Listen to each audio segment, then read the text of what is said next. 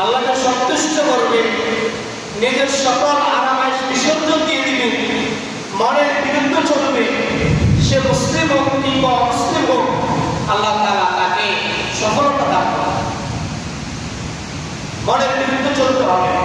আপনি নামাজ পড়তে মন চায় না, এটার বিরুদ্ধে আপনি যুদ্ধ করতে হবে, এই নফসের বিরুদ্ধে যুদ্ধ করতে হবে। আমার মন চায় না নামাজ পড়তে, এখন কি করা?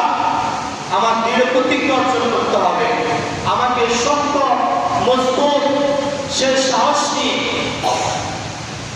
যুদ্ধ ময়দানে রাখতে হবে। আমি নামাজ পড়বো ইনশাআল্লাহ। এই প্রতিজ্ঞা যদি করতে পারে, আল্লাহ তাআলা আপনাকে সাহায্য দেন। আল্লাহ তাআলা বিপদকারীকে সাহায্য দেন।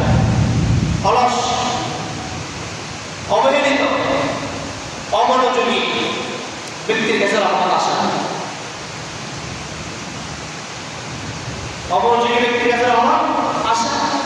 দুই বন্ধু একসাথে কাছাকাছি শুয়ে রয়েছে, মরে গেছে। তো এক বন্ধু মুখের উপরে একটা পাতলা পড়ছে, পড়ে নিচে পড়ে গেছে। বন্ধু অপর বন্ধুকে বলতেছে, দোস্ত তো বড়টা নিয়ে আমার মুখে দেখে। তো বলতেছে, আমি পারবো না।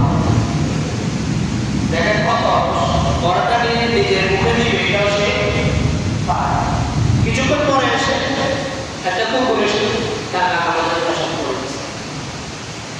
তো বলতেছে, দোস্ত কুকুরটার বল, সে কর, কুকুরটা চলে যায়। তো কিছুক্ষণ আগে আমি বলছি ঘরটা মুখে দেওয়া চলে যাচ্ছে, কুকুর গালে পেশাব করে আমি বলবো কাছে। দুইটা কত অলস, একজনের ঘরে তুলে দিতে রাজি নয়, আরেকজনের লোকের মধ্যে কুকুর পেশাব করে দিচ্ছে, সে করে তুলে দেওয়া রাজি নয়। দুজনে বিপদগ্রস্ত। এই কারণে অলস, অমনোযোগী, অহেতুক ব্যক্তিদের কাছে আল্লাহ রহমত আসে।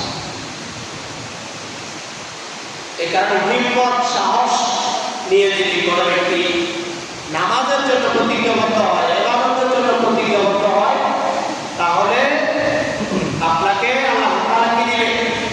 বরকত। আল্লাহ তাআলা সাহায্য করবে আপনার ইবাদত করার জন্য।